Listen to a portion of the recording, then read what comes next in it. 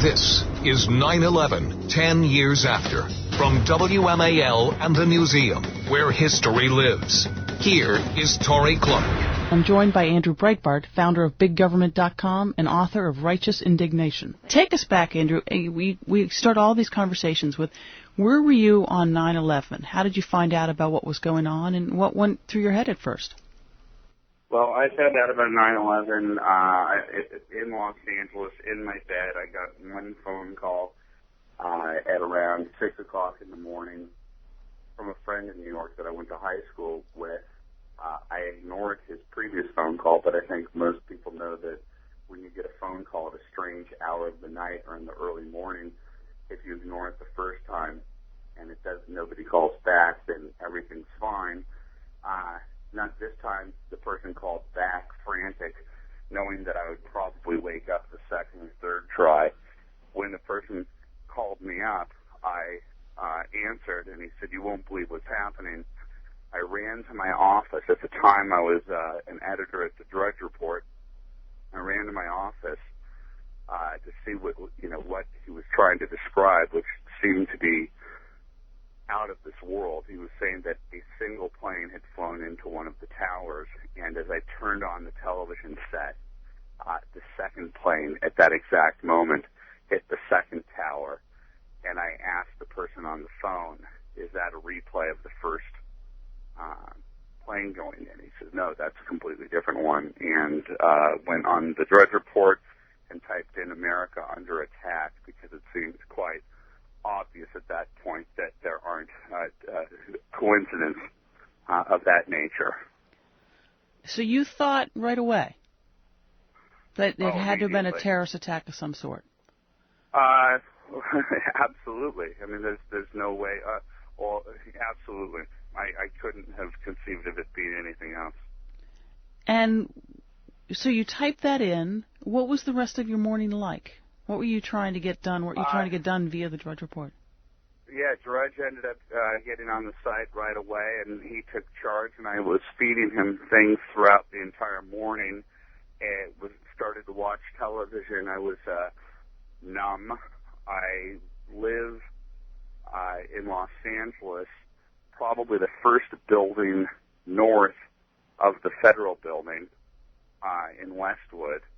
But it's a mile north. That which separates us is, of all things, something that has come into play post 9/11, and that is the Los Angeles National Cemetery. Right. And on the part of the cemetery that I live is actually where bodies are buried from Afghanistan and Iraq. So it's 9/11 hits me on about 50 different levels. Right. That's one of them. And we thought that, given that these buildings were hit, we started to think, and now knowing that the Pentagon had been hit, and then what had happened with the plane in Pennsylvania, I was thinking that Federal Building in Los Angeles could be a potential target, because that morning nobody knew. It's just going to be going on for weeks. Nobody knew that, that this mission that they had pushed forward on, was limited just to what we saw that day.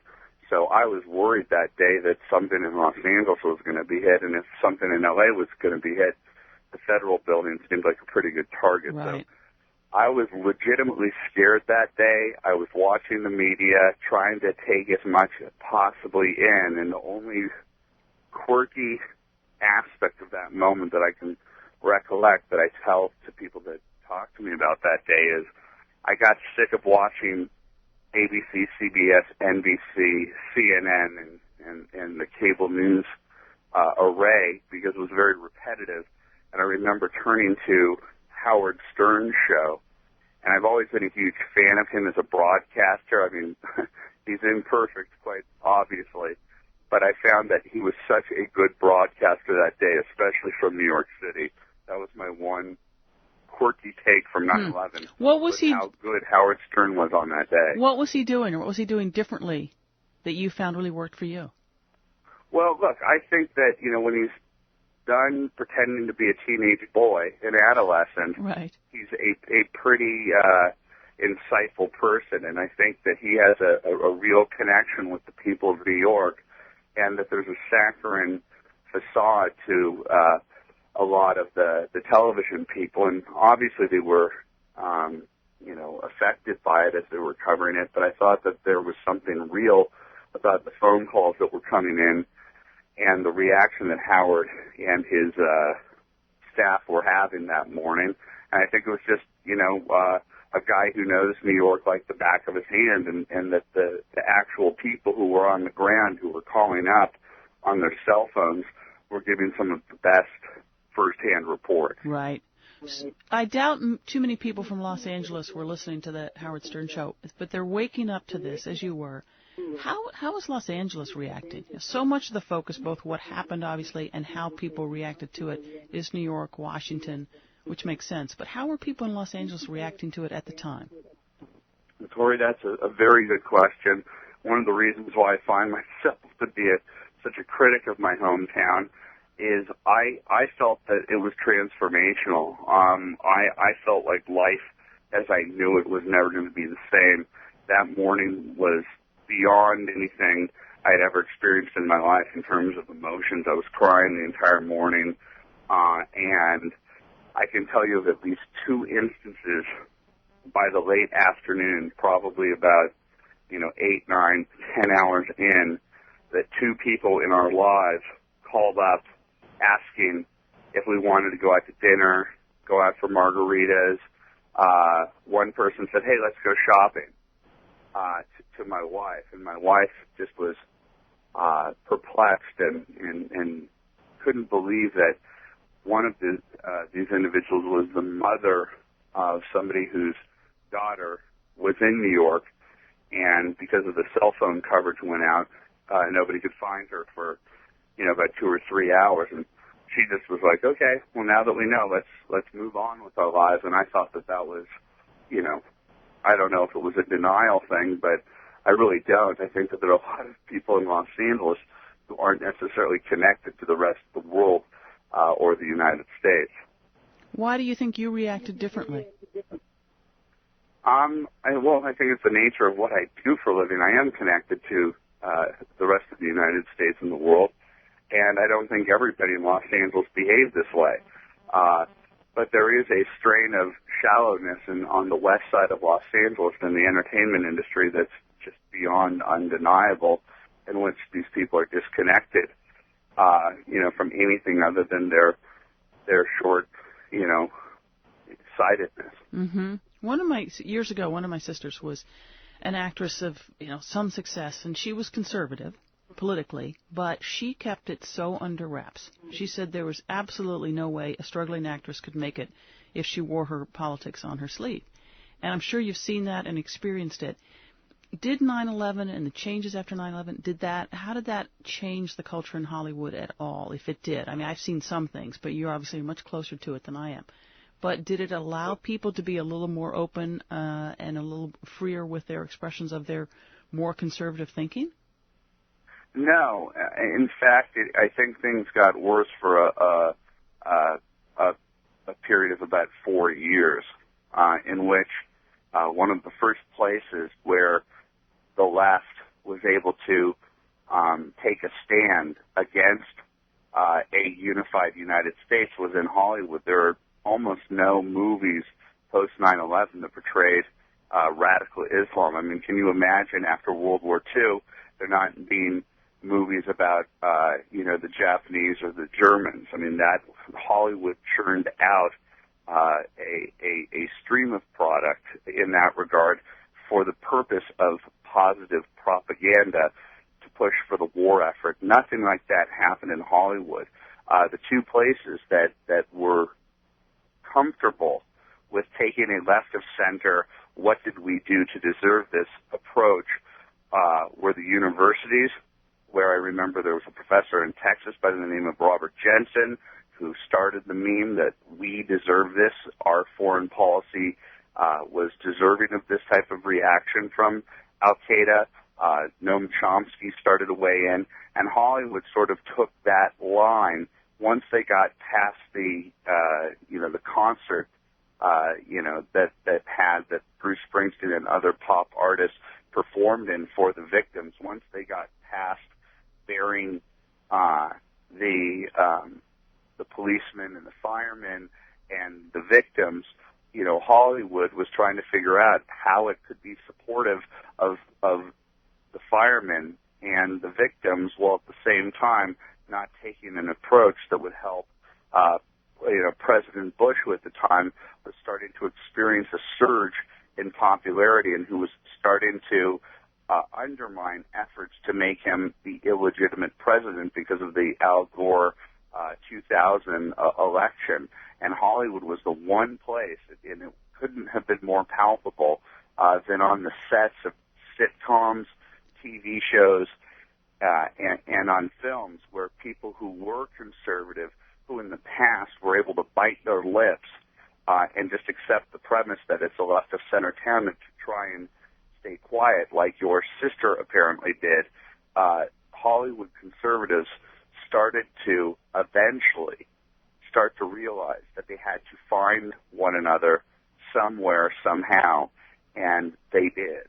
And that's the upside of the appalling reaction that many in Hollywood had to 9/11, which tried to make it about how America deserved this, that there is now the makings of an infrastructure, although a modest one and a one that isn't overt and active, of Hollywood conservatives, writers, directors, actors, people below the line who have found each other because they couldn't take it anymore. They couldn't take having to work on sets where people felt so comfortable to attack the United States, to say that we deserved it, and then the President of the United States is, somehow as bad of a person as Saddam Hussein or, Osama bin Laden. Do you think they can have a lasting impact in the entertainment world? I think in the long term, you said that I understand Washington and I understand Hollywood. Well, I appreciate that assessment. One thing I can say, and I've said this to politicians and politicos in Washington, is this is not going to be solved in 2 years, 4 years, or 6 years. And fortunately, people in Washington think in terms of electoral cycles. And if I can't have my name on the solution, and if I can't see results on the solution, why would I spend my limited time and efforts in a proposition of that nature?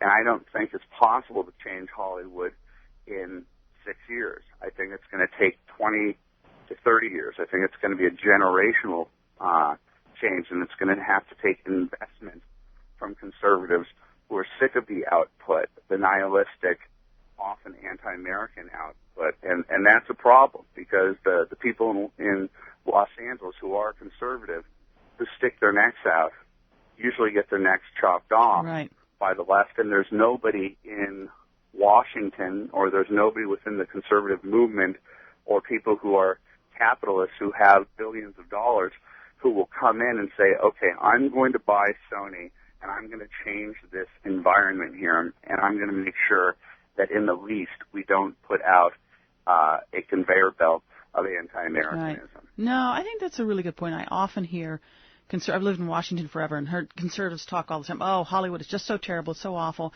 And I listened to it for a few years, and then I just started saying, shut up. If you don't like it, then change it. And if you're not willing to try to change it by putting your money in it, investing in it, then you don't get to complain about it anymore.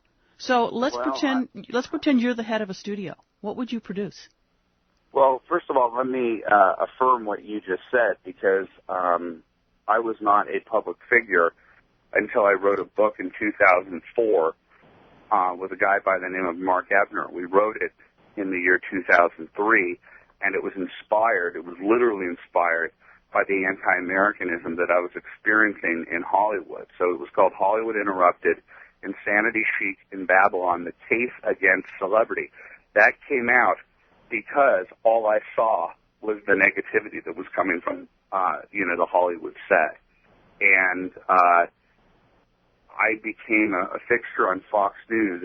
On Fox and Friends, I'd wake up at 4 o'clock in the morning and I'd go on Fox and Friends and I'd attack Michael Moore. I'd attack Sean Penn, or I'd attack Susan Sarandon. At a certain point, I started to think, I'm becoming a caricature like they are. I'm the one that's out there to attack them. And I realized that this is not the solution. It may satisfy people in the morning to say, oh, I saw that guy who attacked Michael Moore. But at the end of the day, that's not a solution to the problem. And that's what's not being addressed right now, is that there has to be some type of an investment coming in. I mean, Hollywood right now, if you look at it, is sequel, prequel, prequels of sequels.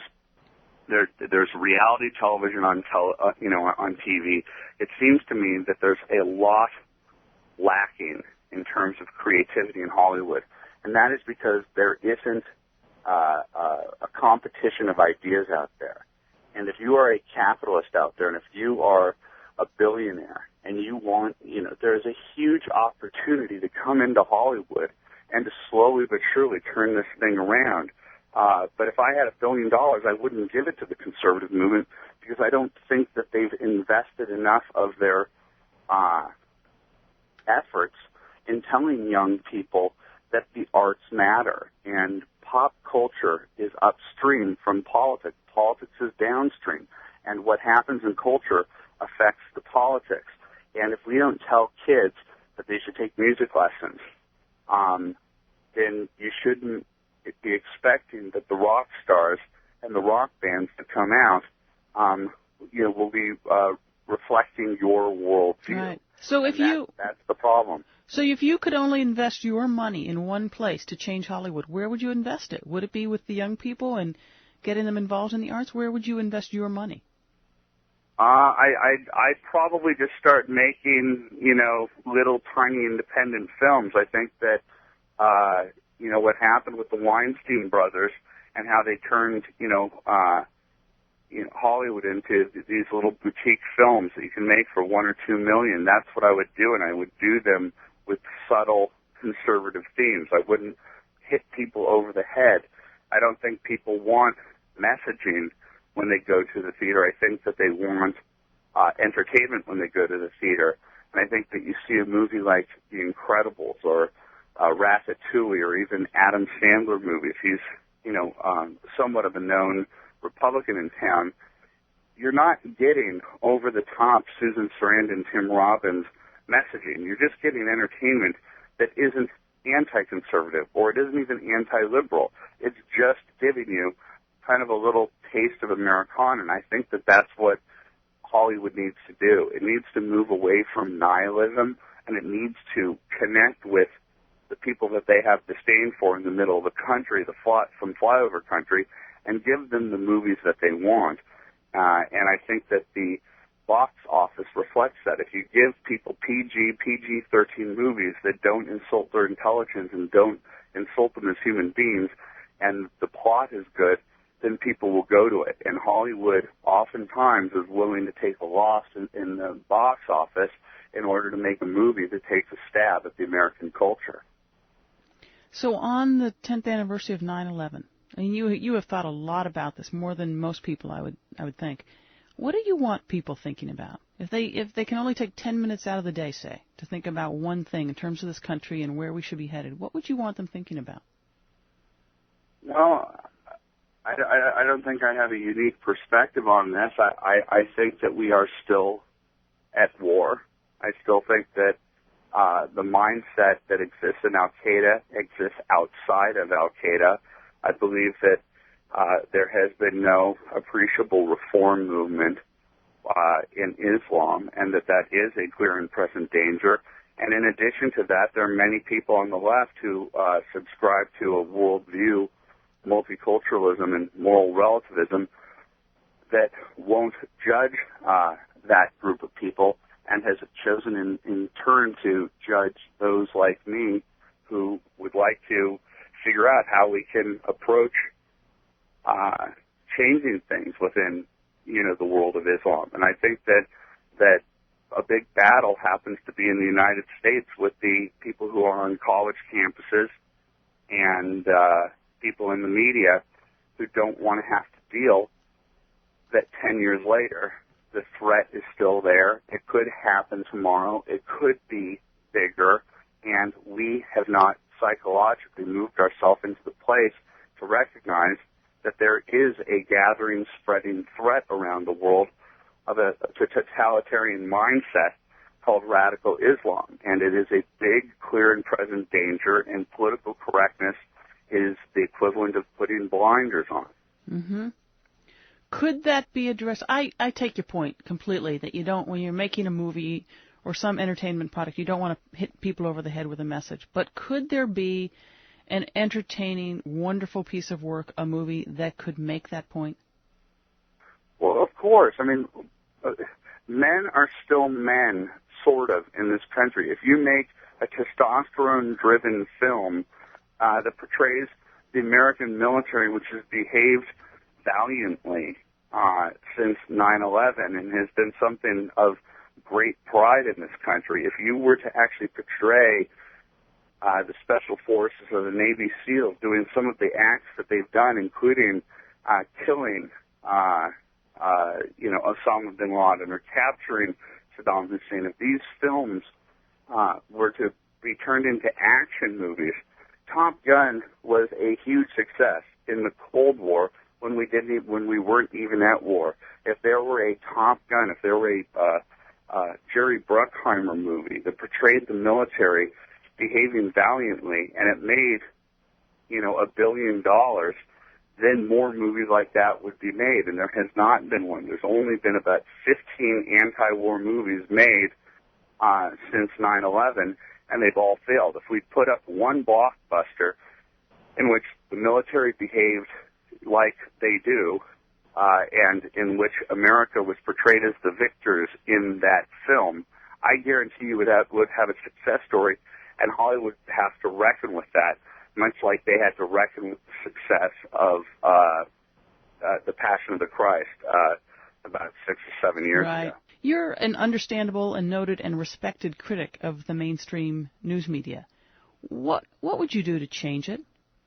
I mean, if you accept, which I'm sure you do, that in this country, in a democracy, you want an independent media, how would you change it for the better? Well, first of all, I would say that the media is biased, and at the J schools, they still pretend that they're trying to create neutral and objective journalists. I don't believe that the average individual has the ability to become an automaton who acts as a stenographer. I've yet to meet that journalist, and the more time I've spent in the trenches in Washington, D.C., and New York City, and especially Los Angeles, a very liberal town, is that the majority of these people will, out of one side of their mouth, say that they're neutral and objective, but will also say, when asked, why were you inspired to become a journalist, they will say, to affect social change, to affect social justice and economic justice. The two cannot stand side by side with you. You're either a neutral observer of events and a stenographer, or you're a person who's trying to push the narrative in a certain direction for social change. And I would say we can't try to pretend that bias is a lack of bias is an objective in journalism school, and we can't pretend that you can teach journalism in a journalism school. I want to obliterate the power of the journalism school, and I want more people to get into reporting, not less, and I want them to be overt and open about where they're coming from. I am right of center. I have a libertarian / conservative bent to me, and when you know that about me, you can take that into account when you read the facts that I put forth. And I think that we're moving more towards what happens in the British newspaper system, where people who read The Guardian or read The Independent know they're reading a left-of-center paper, or when they're reading The Telegraph, the London Telegraph, or they're reading The Times of London, that they're getting one with a conservative bent. And I think that that's a more honest approach. And I think for the last 50 years, the left has been able to use the media as a weapon by putting mostly exclusively left-of-center, social justice-minded activists into positions of power as journalists, and it's moved the needle to the left. There you go. Andrew, anything else? I'm one of these guys after 9/11 who said never forget. I still cry when I think about it, and when people say, that it was an aberration, I don't think it was an aberration, and I think that we should be in that mindset to be constantly vigilant and to remember that day solemnly, and to always be aware that as Americans that we are a threat to people around the world who don't aspire to freedom and liberty, and they look at our spread of freedom as a threat to their spread of totalitarianism, and that they're always going to be on the lookout to try and prove a point at a very large level that they're there and they're there to be reckoned with, and we can't shrink from the responsibility of standing up for what this country stands for. Thank you very, very much. Thanks for being with us, Andrew. Take care. Thanks, Torie.